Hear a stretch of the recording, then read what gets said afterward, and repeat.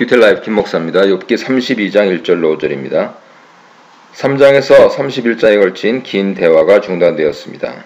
이 상황에서 욥이나 친구들이나 독자들 모두 욥의 의로움의 진위와 고난에 대한 해답을 하나님께서 제공해 주시기를 기다립니다. 하지만 하나님은 여전히 침묵하십니다. 그래서 그동안 침묵하고 있던 젊고 말 잘하는 엘리후가 입을 엽니다. 그의 말을 듣고 욥이나 친구들이나 하나님이 답변했다는 기록은 없습니다. 그의 독백은 욥과 세 친구의 의견을 종합 비판해주고 사람이 고난에 대해 어떻게 반응해야 하는지에 대한 새로운 각도의 설명을 제공합니다. 다만 그의 의견도 욥의 고난에 대한 분명한 해답을 주지는 못합니다. 해답이 점점 지연되므로 독자들은 하나님으로부터의 해답만을 애타게 기다리는 결과를 가져옵니다. 엘리후의 등장은 그가 화가 났다는 설명으로 시작합니다. 욥과 세 친구 모두에게 화가 났습니다. 욥에게 화난 이유는 스스로를 의롭다고 주장하므로 하나님 앞에서 자기 자신을 더 의롭게 여기는 결과를 초래했기 때문입니다. 세 친구에게 화가 난 이유는 그들이 욥의 분명한 죄를 끄집어내지 못하면서 그를 정죄하는 데만 힘썼기 때문입니다. 6절부터 10절입니다. 엘리후는 입을 열자마자 자기가 지금까지 침묵했다가 이제야 입을 열게 된 경위와 자기가 나서서 말을 할 수밖에 없는 당위성에 대해 긴 발언을 합니다. 욥의 친구들의 나이를 존중하여서 그가 깨달은 것을 감히 발설하지 않고 잠잠히 있었다고 합니다. 연장자 세 친구가 지혜로 욥을 깨우칠 수 있을 것이라 생각하였다고 합니다. 그러나 그들의 말을 끝까지 들은 결과 나이를 먹고 오래 살았다 해서 더 지혜롭거나 무엇이 옳은지를 깨달은 것은 아니라는 결론에 이르게 되었다고 실망을 나타냅니다. 지혜는 나이에서 오는 것이 아니라 사람 안에 있는 전능하신 하나님의 영을 통해서 나오는 것임을 깨달았다고 말합니다.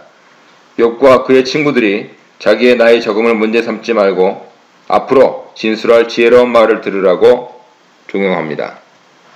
11절로 14절입니다. 엘리후의 기대에 어긋나게 된 친구들은 그 어느 누구도 욥의 변론을 확실하게 반박하지 못했고 그의 견해가 옳지 않다는 것도 증명하지 못했습니다.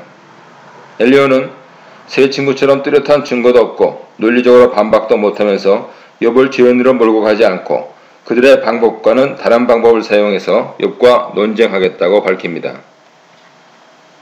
15절로 22절입니다.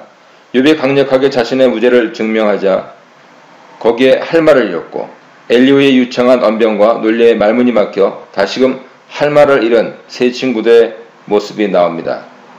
반면 엘리후 마음속에는 할 말이 가득합니다. 그 이유는 그가 처음부터 욥과 친구들의 논쟁을 계속 듣고 있는 동안 합리적인 대화가 오가길 기다렸고 들으면 들을수록 분이 차고 할 말이 마음에 계속 쌓였으나 아직 의견을 발설할 기회를 얻지 못했기 때문입니다. 게다가 그동안 그에게 지혜로운 생각을 불어넣어준 전능자의 영이 이제 그에게 말을 하라고 다그치고 있었다고 합니다. 엘리후는 사람의 낯을 보거나 누구의 편을 들어서 비위를 맞추지 않고 자기 속에 있는 하나님의 영이 깨달음 주신 대로 그대로 말할 것이라고 선언합니다. 얼마나 답답했던지 답답한 자기 심정을 토로하느라 정작 욥을 향한 의견 제시는 아직 시작도 못하고 있습니다. 큐틀라이프 김목사입니다. 욥기 33장 1절로 4절입니다. 욥의 이름을 부르며 자신의 의견을 제시하는 엘리후는 사람 낯을 보지 않겠다 라고 하는 그 단호함을 나타내고 있습니다. 보시오 라고 하는 말을 재차 반복하고 있는데요. 원문에서는 2절, 6절, 7절, 12절, 19절에 나옵니다. 그리고 욥이 자신의 말에 완전히 집중하라고 재촉합니다. 지금 하나님 침묵하심으로 대신 자기 말을 들으라는 것이죠. 엘리후가 입을 열자마자 말이 술술 흘러나옵니다. 덧붙여서 자신이 말하는 바는 다 진실이고 거짓이 없다는 점을 분명히 합니다. 욥의 말을 되풀이하면서 자신이 진실한 이유가 하나님의 숨결로 창조되었고 지금도 그 숨결로 살아있기 때문이라고 설명합니다. 종합하면 엘리후의 말이 정직할 수 있는 것은 자기 속에 있는 하나님의 영 그리고 하나님 앞에서 자신의 정직함에 있다라고 하는 것을 나타내고 있습니다. 5절의 7절입니다. 만일이라고 표현하고 있는데요. 욥에게 반박할 말이 없을 것이다 라고 거의 확신하고 있음을 암시합니다. 엘리후는 욥이나 세 친구보다 자신이 나이는 어리지만 지혜에 있어서는 뛰어나다고 또한 확신합니다. 사람인 엘리후 자신은 하나님 주시는 두려움이나 압박감을 주지 않으니까 걱정할 필요가 없다고 반면 하나님과는 변론하려 들지 말라라는 그런 암시도 들어있습니다. 하나님께서 사람 말에 일일이 대답할 이유가 없으시니까 욥이 하나님을 자꾸 채근하기보다는 하나님 영이 주신 지혜를 힘입어 진술할 수 있는 사람이 옆에 있는 것을 깨달아서 자신의 말을 주의 깊게 듣고 혹시라도 할 말이 있으면 자유롭게 말하배우라고 설득하고 있는 것이죠. 8절로 11절입니다. 욥의 한 말을 똑똑히 다 들었음을 밝힙니다. 그리고 이전에 욥이 친구들에게 한 말을 9절에서 11절까지 인용하고 있습니다. 욥의 말을 인용하고 그의 말에서 어떤 점이 잘못되었는가 지적하는 방법을 사용하려고 하기 때문입니다. 엘리후는 욥이 자신의 무고함을 주장한다 하는 점을 지적했지만 실상 욥은 오히려 자신이 죄인이다 라고 하는 점을 이미 인정했습니다. 7장 21절, 13장 26절 보세요.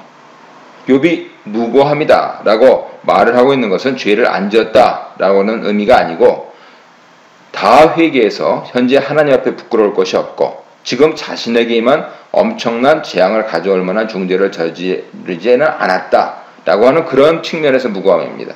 엘리후가 놓치고 있습니다. 끝으로 12절입니다. 욥의 말을 인용한 후에 이제 그 말에서 잘못된 점을 지적합니다. 엘리후의 지적은 30절까지 계속되는데요. 욥의 가장 큰 잘못은 자신의 의로움을 주장하느라 결과적으로 자신의 의를 하나님의 의보다 더 크게 여겼다는 점입니다. 엘리바스도 이미 사람이 어떻게 하나님보다 더 의로울 수 있겠느냐라고 욥에게 반문했습니다. 4장 17절 보세요. 다만 엘리바스나 친구들은 자신의 생각으로 욥을 정죄한 반면 엘리후는 정당하게 욥의 말을 인용하면서 그의 말을 토대로 잘못을 지적하며 자신의 견해를 피력하고 있다는 데서 차이점이 있습니다. 큐티라이프 김목사입니다. 욥기 33장 13절로 16절입니다. 엘리후는 욥에게 다른 관점에서 문제에 접근해보라고 제안합니다. 하나님은 사람이 하나님께 묻는 질문에 대해서 일일이 답변해 주시지 않습니다. 하지만 하나님이 대답하지 않는다 하여서 사람이 하나님과 논쟁을 벌일 수는 없다고 말합니다.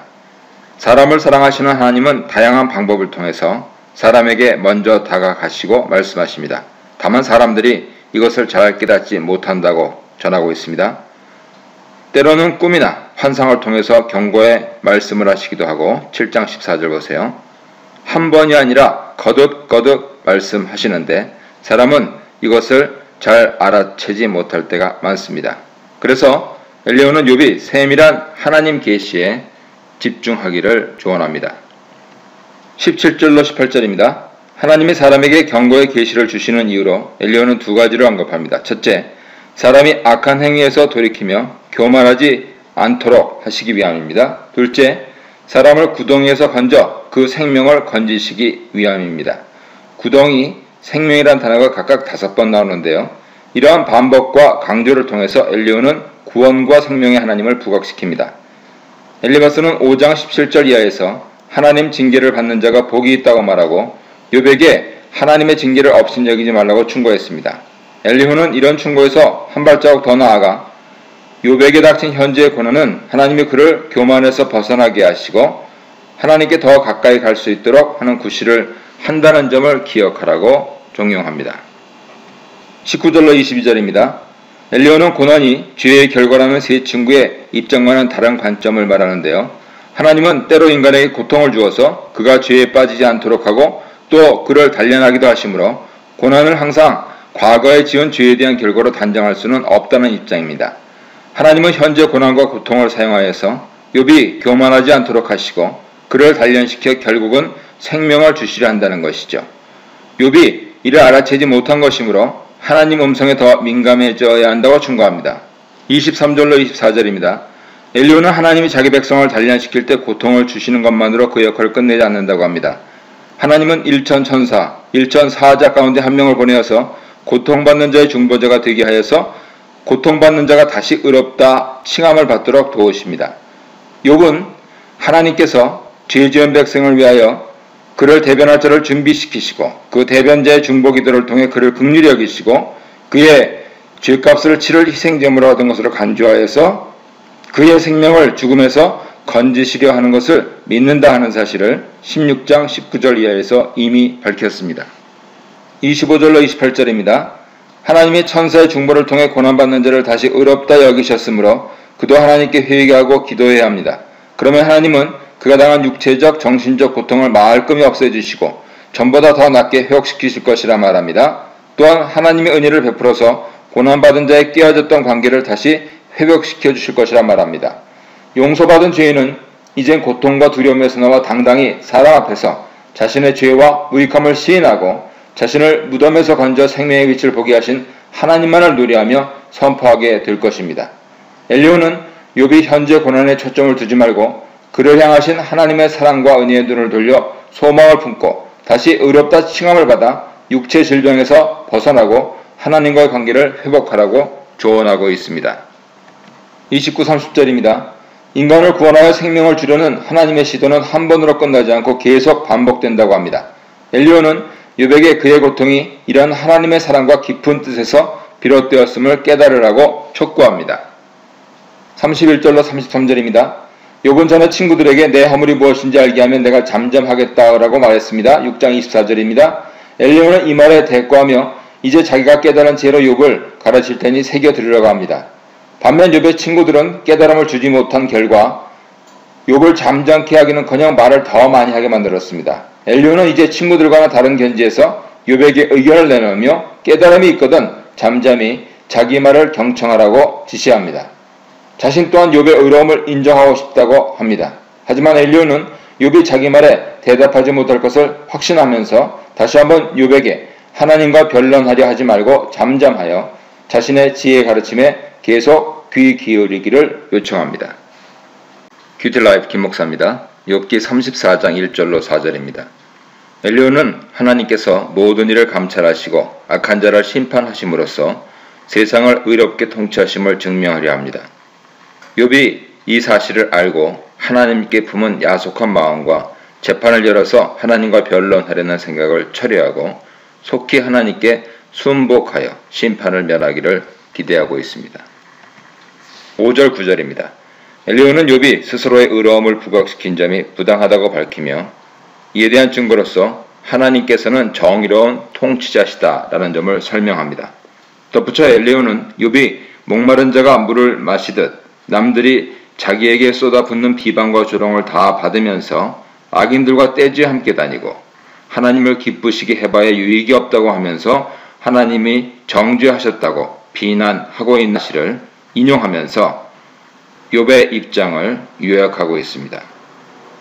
22장 3절 이하에서 엘리바스와 마찬가지로 욥이 악하고 어리석은 자의 길로 갔음을 증명하려는 목적입니다. 10절로 15절입니다. 엘리후는 하나님이 죄 없는 자를 박해한다는 욥의 주장이 옳지 않음을 분명히 밝힙니다. 그는 하나님이 악행과 불의를 결코 행하지 않으시고 사람의 행위에 따라 갚으시는 공의와 선의의 통치자이심을 주장합니다. 이러한 엘리후의 주장은 욥이 지금 받고 있는 고난이 마땅하기에 허락되었다는 의미가 내포되어 있습니다. 하나님께서는 스스로 창조주이시며 세계의 통치자로서 그가 하시는 일을 일일이 누구에게 보고할 필요가 없다고 주장합니다.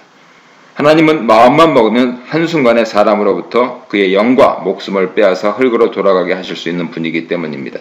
하지만 사람의 호흡이 끊어지지 않게 보호하시고 삶을 영위하게 하시는 사랑과 자비가 풍성하신 분입니다.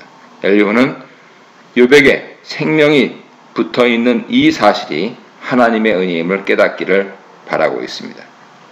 16절로 20절입니다. 엘리후는 욥이 하나님의 정의에 대해 올바른 시각을 가지기를 원합니다.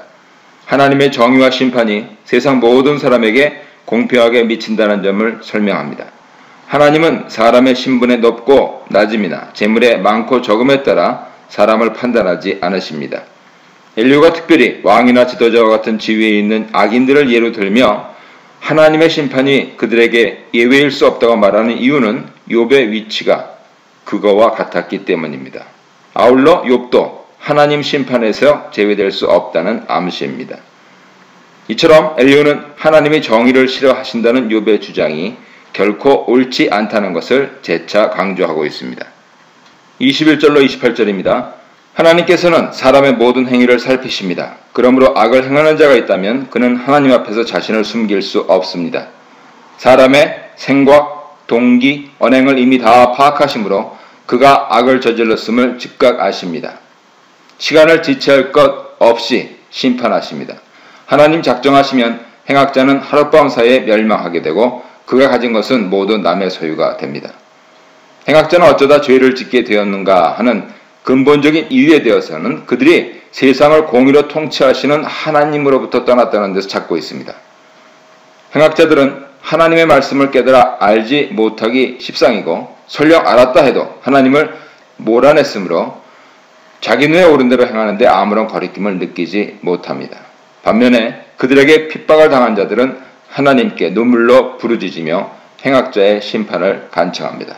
엘리후는 욥도 자신이 알든 모르든 악행을 저질렀고 그가 당한 고난도 궁극적으로는 하나님의 공의로우신 심판, 감찰하심의 결과라는 것을 암시합니다. 결국 엘리후도 욥의 세 친구처럼 인과응보 사상에 창념합니다. 29절로 30절입니다. 엘리후는 욥이 줄곧 하나님 침묵에 대해 불평하고 정죄했음을 지적합니다. 하나님의 침묵에 대해 감히 따져 물을 자는 이 세상에 없는데도 말이죠. 하나님은 이 세상의 통치자로서 세상을 다스리시는 그러한 방법이 바로 세상 모든 사람에게 동일하게 공평함과 정의를 베푸시는 것이다 라고 주장합니다.